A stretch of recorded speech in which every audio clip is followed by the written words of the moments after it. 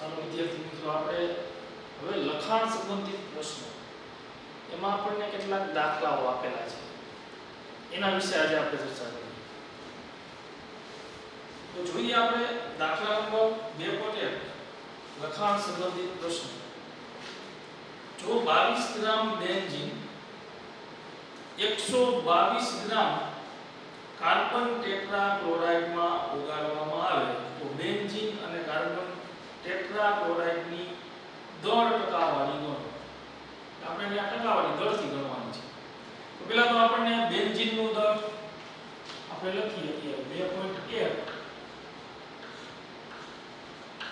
આ બેન્ઝીનનું દળ બરાબર 22 ગ્રામ 22 ગ્રામ. ત્યાર પછી કાર્બન ટેટ્રાક્લોરાઇડ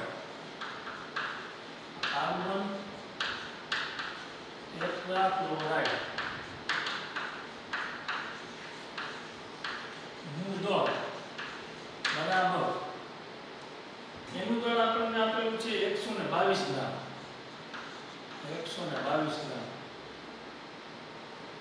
તો બેન્ઝીન અને કાર્બન ટેટ્રાક્લોરાઇડની દળથી ટકાવારી ગણો.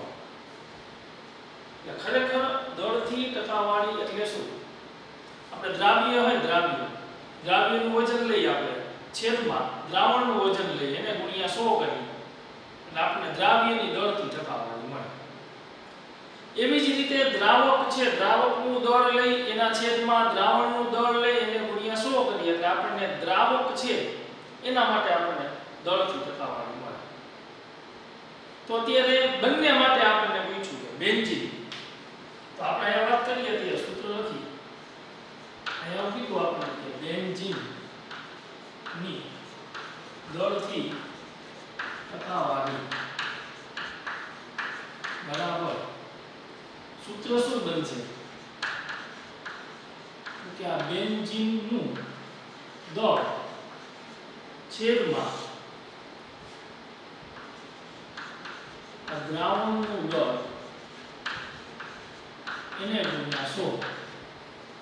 બેન્ઝીનનું દળ આપણને આપેલું છે. બેન્ઝીનનું દળ કેટલું 22 ગ્રામ આ 22 ગ્રામ છેદમાં દ્રાવણનું દળ દ્રાવણની અંદર દ્રાવ્ય અને દ્રાવક બંને હોય એટલે 122 ને 22 એટલે 22 122 એને ગુણ્યા 100. તો 22 એને ગુણ્યા 100 એટલે 2200 ભાગ્યા 122 + 22 એટલે કેટલા થશે 22 × 44 144 એટલે 2200 ભાગ્યા 144 કરો શું જવાબ આવે છે 2200 ભાગ્યા 144 15.27 આપણને બેન્ઝીનની દળથી ટકાવારી મળી. તો 15.27% બેન્ઝીનની દળથી ટકાવારી છે એવું આપણે કહી શકીએ. ત્યાર પછી આપણને કાર્બન ટેટ્રાક્લોરાઇડની પણ દળથી ટકાવારી હોય છે. તો એ પણ આપણે ગણીએ કે ભાઈ કાર્બન ટેટ્રાક્લોરાઇડ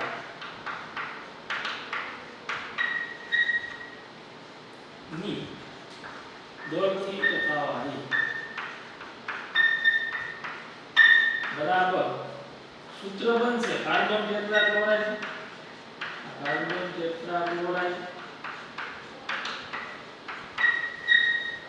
નું દળ છેદમાં દ્રાવણનું કુલ દળ આ દ્રાવણનું કુલ દળ એને ગુણ્યા 100. આ ત્રિરાશિ ઉપરથી આ સૂત્ર બનાવેલું છે. કાર્બન ટેટ્રાક્લોરાઇડ માટે 122 છેદમાં દ્રાવણનું કુલ દળ એટલે 22 + 122 એને ગુણ્યા 100 એટલે કે 122 એને ગુણ્યા 100 છેદમાં 144 તો સાદું રૂપ આપો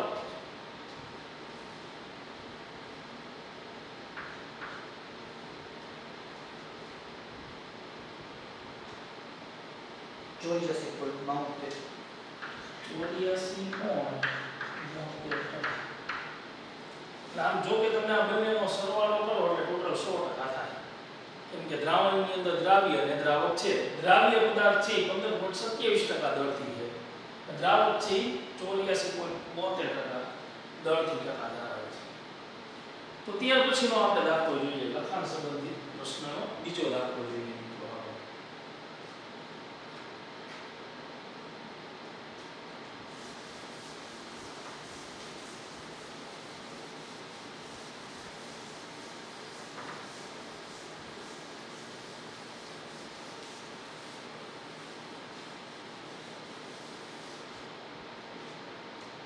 દાખલા નંબર 2.2.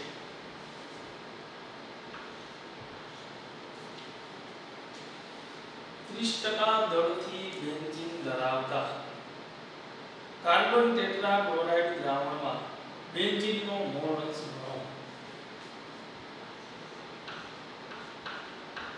30% દળથી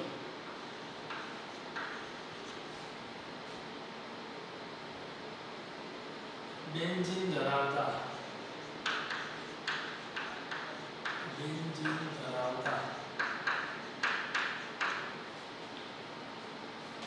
કાર્બન ટેટ્રાક્લોરાઇડ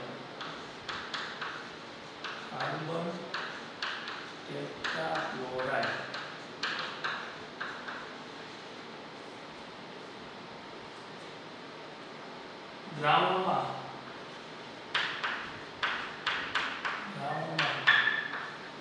બેન્ઝીન નો મોલ અંશ ગણો.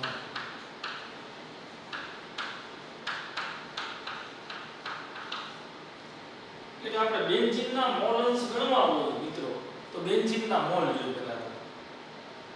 આ બેન્ઝીન ટૂંકમાં જે પણ કઈ દ્રાવણની અંદર ઘટકો હોય, એક ઘટક, બે ઘટક હોય, ત્રણ ઘટક હોય, બધાયના મોલ જોઈએ મોલ અંશ ગણવા માટે. શું કામ? તો કે મોલ અંશનું સૂત્ર શું? ઘટકના મોલ છેદમાં કુલ મોલ. અત્યારે બે ઘટકો છે જો, એક બેન્ઝીન અને કાર્બન ટેટ્રાક્લોરાઇડ. અત્યારે જો કે 30% દળથી બેન્ઝીન ધરાવતા કાર્બન ટેટ્રાક્લોરાઇડનું દ્રાવણ. એટલે કાર્બન ટેટ્રાક્લોરાઇડ છે એ દ્રાવક છે, બેન્ઝીન છે દ્રાવક છે, દ્રાવ્ય પદાર્થ છે. 30% દળથી બેન્ઝીન ધરાવતા કાર્બન ટેટ્રાક્લોરાઇડ એટલે કે જલીય દ્રાવણ હોય તો પાણી હોય, અત્યારે દ્રાવક તરીકે કાર્બન ટેટ્રાક્લોરાઇડ દ્રાવણમાં બેન્ઝીનનો મોલ અંશ. આ ગોતવા માટે આપણે પહેલા તો બંનેના મોલ ગોતવા પડે. કાર્બન ટેટ્રાક્લોરાઇડ CCl4 અને બેન્ઝીન આ બંનેના મોલ આપણે નક્કી કરવા પડે. એના માટે આપણને આણ્વીય દળની જરૂર પડે. જનરલી આપણને આણ્વીય દળ રકમની અંદર આપેલા જ હોય, ન આપેલા હોય તો આપણે મેળવી લેવાના. બેન્ઝીન છે, બેન્ઝીનનું આણ્વીય દળ છે 78 ગ્રામ પ્રતિ મોલ અને કાર્બન ટેટ્રાક્લોરાઇડનું 154. અહીં આપણે લખી લઈએ C6H6 એટલે બેન્ઝીન નું આણ્વીય દળ બરાબર 78 ગ્રામ પ્રતિ મોલ. ત્યાર પછી આપણને કાર્બન ટેટ્રાક્લોરાઇડ એનું 154 ગ્રામ પ્રતિ મોલ. CCl4 નું આણ્વીય દળ બરાબર 154 ગ્રામ પ્રતિ મોલ. તો પહેલા તો બંનેના દળ મેળવવા પડશે. દળ ઉપરથી આપણે મોલ નક્કી કરી શકીએ. સૂત્ર છે આપણી પાસે કે મોલ બરાબર વજનના છેદમાં આણ્વીય દળ. તો બંનેના દળ મેળવવા માટે આનું અર્થઘટન કરવું પડે. 30% દળથી બેન્ઝીન, 30% દળથી એનો મતલબ શું? તો કે 100 ગ્રામ દ્રાવણમાં 30 ગ્રામ દ્રાવ્ય પદાર્થ ઉમેરેલો હોય. 100 ગ્રામ દ્રાવણમાં 30 ગ્રામ દ્રાવ્ય પદાર્થ ઉમેરેલો હોય તો એ 30% દળથી ટકાવારી થઈ.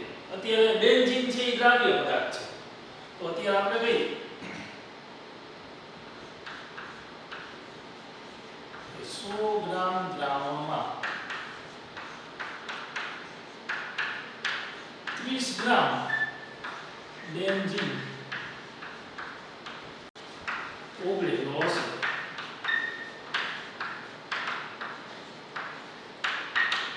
હવે આપણે કેના ઉપરથી કીધું તો કે 30% બેન્ઝીન દળથી આપણે આપેલું છે. 30% દળથી બેન્ઝીન એનો મતલબ એ કે 100 ગ્રામ દ્રાવણમાં 30 ગ્રામ બેન્ઝીન ઓગળેલો હશે. એટલે કે આપણે એવું કહી શકાય કે ભાઈ બેન્ઝીન છે, આ બેન્ઝીન એ દ્રાવ્ય પદાર્થ છે. આ દ્રાવ્ય નું દળ બરાબર 30 ગ્રામ. તો દ્રાવક તરીકે કોણ છે? CCl4. આ CCl4 કાર્બન ટેટ્રાક્લોરાઇડ જે દ્રાવકનું કામ કરે છે. આ દ્રાવક નું દળ, કુલ દળ કેટલું દ્રાવકનું આપણે કીધું 100, એમાંથી આપણે 30 બાદ કરી નાખો તો કેટલું આવશે? 70 ગ્રામ. જો કોઈ વિદ્યાર્થીને એવો પ્રશ્ન થાય કે અમે 100 ગ્રામ જ શું કામ લીધા, 200 લેવા હોય તો 200 લઈ શકો. જો તમે 200 ગ્રામ લ્યો તો આ 30 ની જગ્યાએ તમારે કેટલા લેવાના? 60 ગ્રામ લેવાના. 300 ગ્રામ લ્યો, 1000 ગ્રામ લ્યો તો તમારે 300 ગ્રામ લેવા પડે. ટૂંકમાં ટકાવારી હંમેશા 100 એ હોય. આપણને અહીંયા 30% એવું કીધું, એનો મતલબ એવો કે 100 ગ્રામ દ્રાવણમાં 30 ગ્રામ આપણે ધારી લીધું હોય. એટલે કે આપણે દ્રાવ્યનું વજન 30 ગ્રામ લીધું, દ્રાવકનું વજન આપણે 70 ગ્રામ લીધું. હવે આ બંનેના મોલ ગોતી લઈએ, પછી કુલ મોલ નક્કી કરી લઈએ. તો જોઈએ આપણે કે બેન્ઝીનના મોલ બરાબર આ બેન્ઝીનનું દળ છેદમાં બેન્ઝીનનું આણ્વિય દળ. બેન્ઝીનનું આણ્વિય દળ, બેન્ઝીનનું દળ કેટલું? તો કે 30. બેન્ઝીનનું આણ્વિય દળ કેટલું છે? તો બેન્ઝીનનું આણ્વિય દળ છે 78. શું જવાબ આવશે? 30 − 78 કરો 0.38. 0.38 મોલ બેન્ઝીન હશે એવું કહી શકીએ.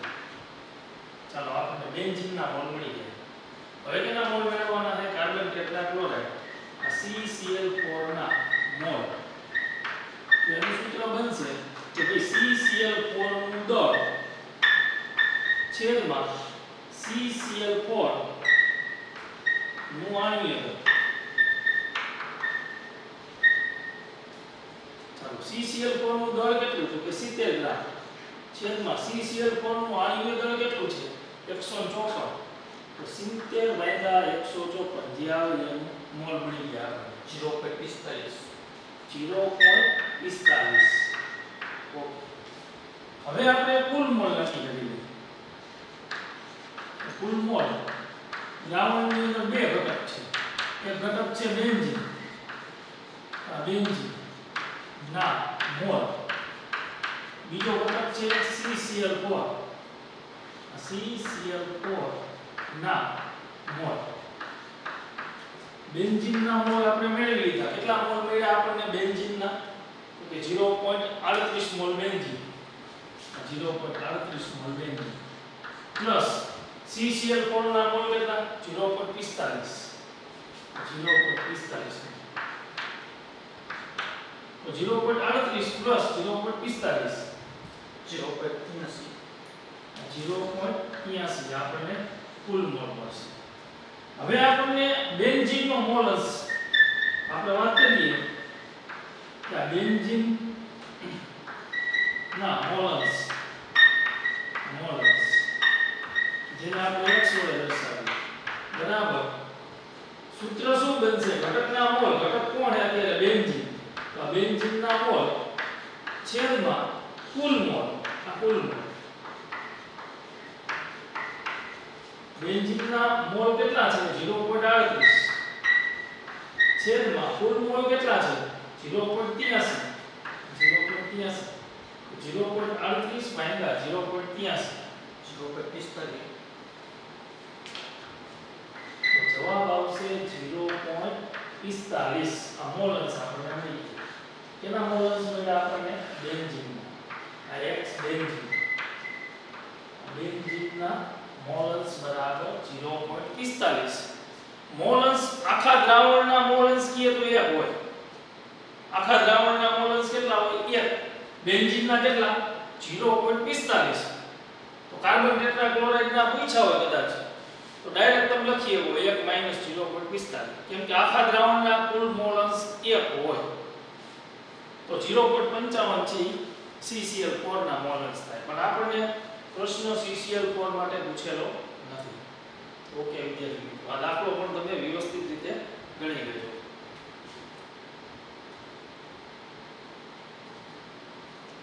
ત્યાર પછી આપણે મિત્રો આગળ વાત કરીએ 2.3 લખાણ સંબંધિત પ્રશ્નો.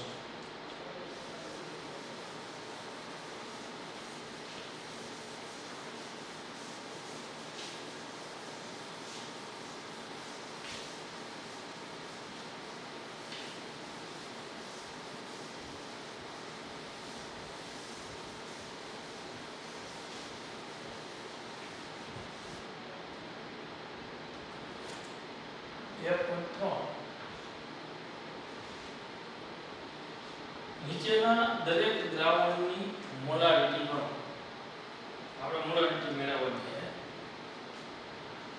નીચેના દરેક દ્રાવણની મોલારિટી નો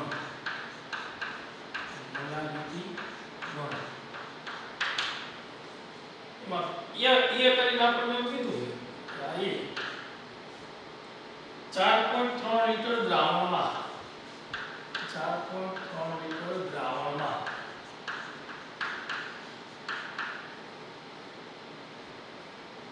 30 ગ્રામ કોબાલ્ટ નાઇટ્રેટ નું દ્રાવણ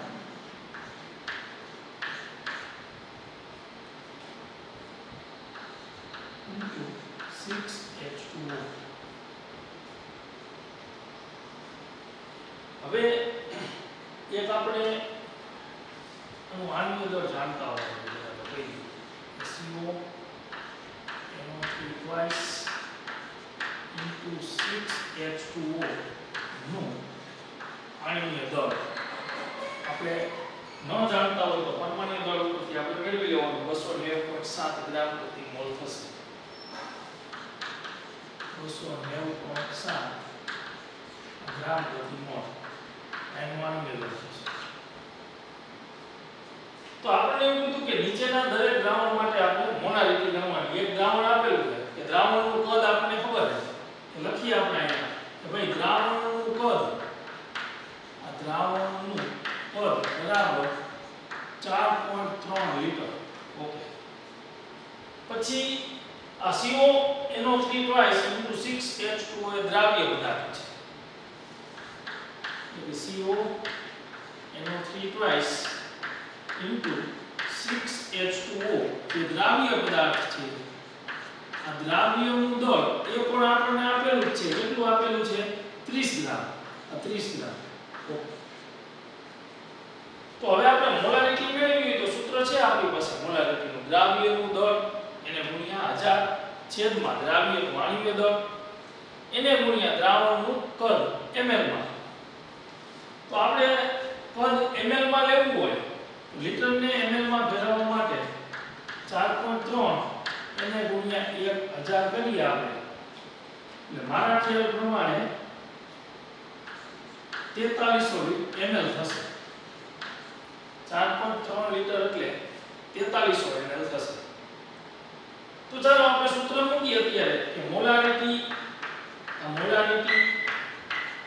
કેપિટલ M બરાબર મોલારિટીનું સૂત્ર છે દ્રાવ્યનું વજન શેમાં લઈશું આપણે ગ્રામમાં એને ગુણ્યા 1000 છેદમાં દ્રાવ્યનું આણ્વીય દળ એને ગુણ્યા દ્રાવણનું કદ ml માં. આ દ્રાવણનું કદ ml માં. ઓકે ચાલો દ્રાવ્યનું વજન દળ આપણને આપેલું છે કેટલું છે 30 ગ્રામ આપણે લખેલું છે દળ 30 ગ્રામ અને ગુણ્યા 1000 એને ગુણ્યા 1000 છેદમાં દ્રાવ્યનું આણ્વીય દળ આપણે આણ્વીય દળ નક્કી કર્યું છે દ્રાવ્ય પદાર્થ છે એનું આણ્વીય દળ છે 290.7 290.7 એને ગુણ્યા દ્રાવણનું કદ ml માં આ દ્રાવણનું કદ ml માં લ્યો આ 43 ml થાય તો અત્યારે આપણે ઉપર અહીંયા બે આપણે કેન્સલ કરી નાખીએ ઓકે ઉપર આપણે 300 લખ્યું 30 એને ગુણ્યા 10 એટલે 300 છેદમાં 290.7 એને ગુણ્યા 43